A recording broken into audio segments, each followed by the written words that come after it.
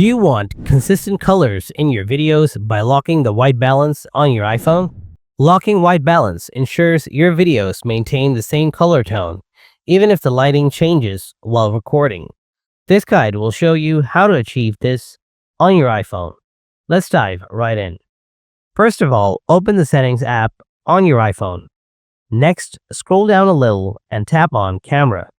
Now tap on Record Video from these options.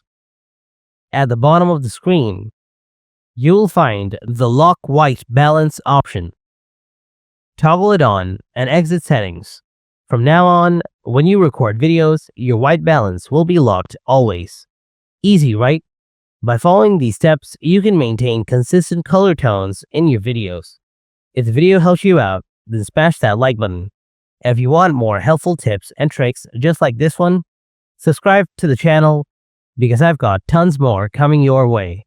As always, thanks for watching and I'll catch you in the next one. Take care.